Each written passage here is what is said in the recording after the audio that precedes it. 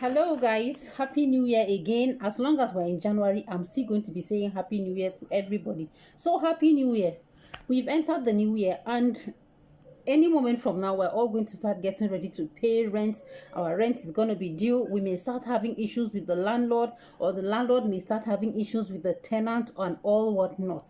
I want us all, if you're listening to me today, I want us all to enter this new year and engage in our landlordry or our tenantry with the right information. I've told you guys, once you are following me on this channel, once you are my subscriber, once you like and you comment, there are some legal mistakes that you should not make, that should not happen to you. You see some people in some kind of trouble, it will not happen to you. Okay, so in this video I want to tell you your rights as a tenant and your rights as a landlord, and then I'm also going to let you know how these two rights intersect, so that we will not have landlord and tenancy matters suffering too much, so that my subscribers will not have to go through a lot in the hands of their landlords or in the hands of their tenants. Okay, the fact that a landlord owns property does not mean that he can do whatever he wants with the property, as long as he gave it out to somebody else. So let us start first of all with the rights of the tenant. Okay, and I even made a short to this. I wrote everything in my phone, so let me open it so that we can all read, so that I will tell you guys and explain everything to you guys. Okay, now our first right as, let me just say it off my head, I beg. Your right as a tenant, number one, is the right to peaceful possession of the property.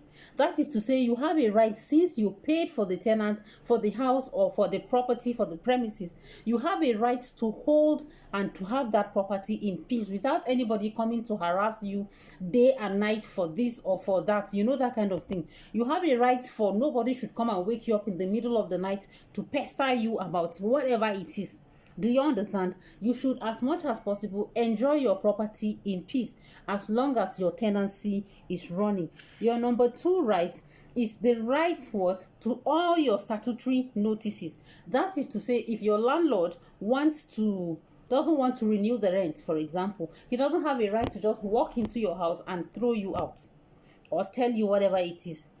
You have a right to a statutory quit notice, depending on the type of tenancy you entered. So a tenancy that is for 1 year, that is to say you pay your rent maybe 1st of January and your tenancy will run for 1 year, then you are entitled to a notice of 6 months. Your landlord must serve you a notice 6 months ahead of time, telling you that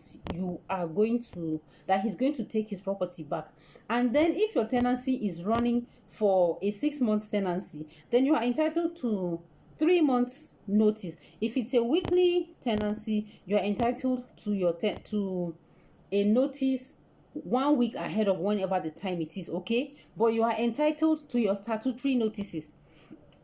Then secondly, even if that statutory notice ends, that is to say, if for example you are somebody who lives and you pay your tenancy on a yearly basis and your tenancy ends, that doesn't mean that your landlord has a right to come and pack your things and throw out of the house. That doesn't mean that he has a right to call police or to call neighborhood boys to come and throw your things out. You have a right to a statutory 7-day notice of owner's intention to recover premises. Okay, that is to say, he will now have to serve you another notice, giving you 7 days that he's going to recover his premises. After that 7 days have elapsed, then he can now approach a rent tribunal, and then the bailiffs of the court are the ones with the responsibility to do what the court orders to be done next. So these are your rights within the context of notices. Another right that the tenant has, sorry guys, a paper I don't know why my phone is not opening. Then you have a right to the tenancy agreement, and your tenancy agreement should spell out every obligation and right that you have.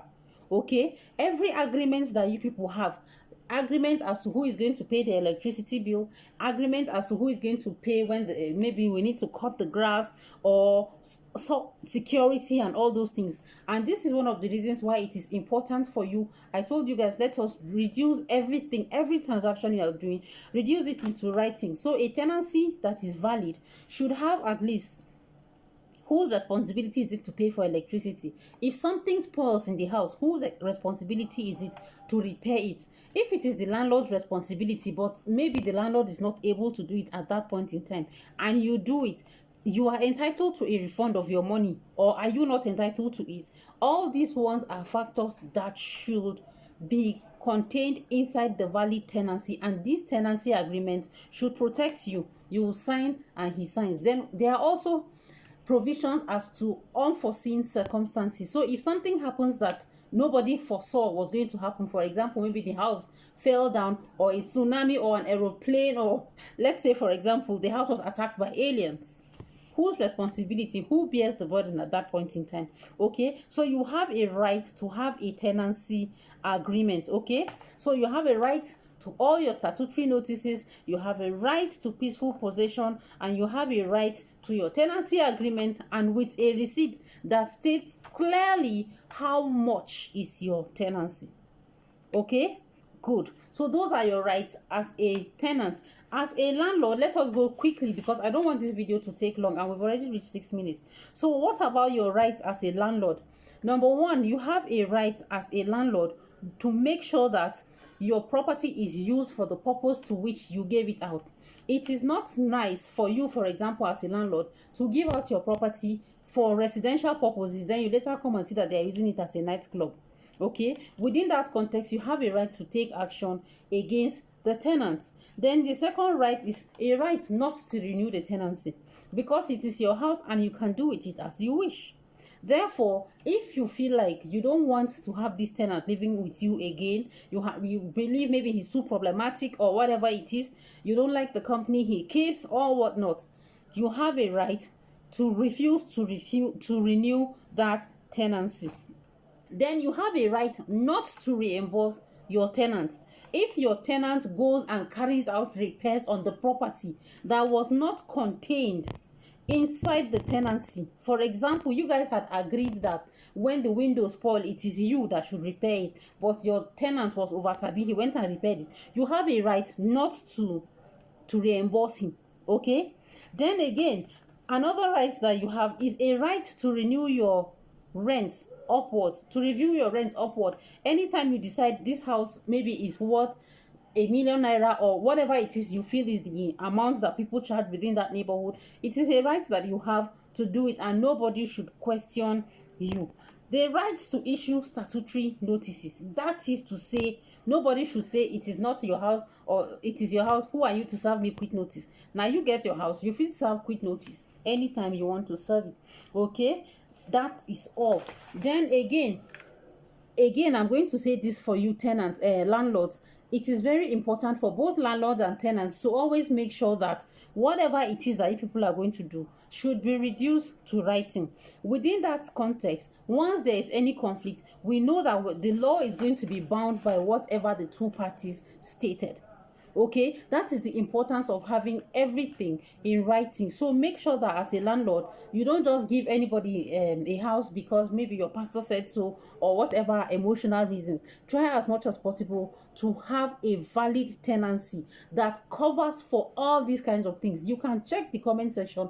I'm going to leave you a copy of a valid tenancy for a fee. That is when you contact me, you tell me you want a copy, I will show you what a copy of a good tenancy is, so that you will be guided by it.